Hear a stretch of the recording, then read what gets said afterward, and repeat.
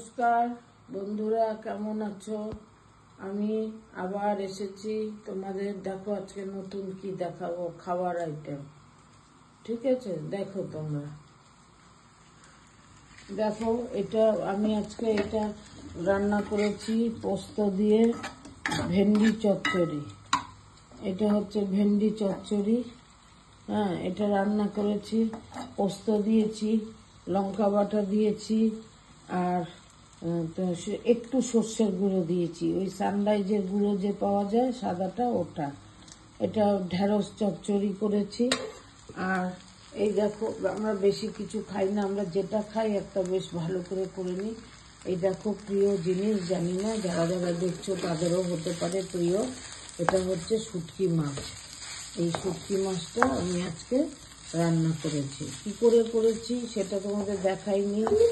এই শুটকি মাছটাকে একটু ধুয়ে নিয়েছি উষ্ণ গরম জলে। তারপরে এটাকে বেশ করে পেঁয়াজ, রসুন, আদা সব দিয়ে শুটকি মাছটাকে একটু মিক্সিতে বেটে নিয়েছি। বেটে তারপরে এটাকে আমি করেছি। ঠিক আছে বন্ধুরা, ঠিক আছে। আবার তোমাদের আমি পরে দেখাচ্ছি এটা আজকের রান্না। ঠিক আছে।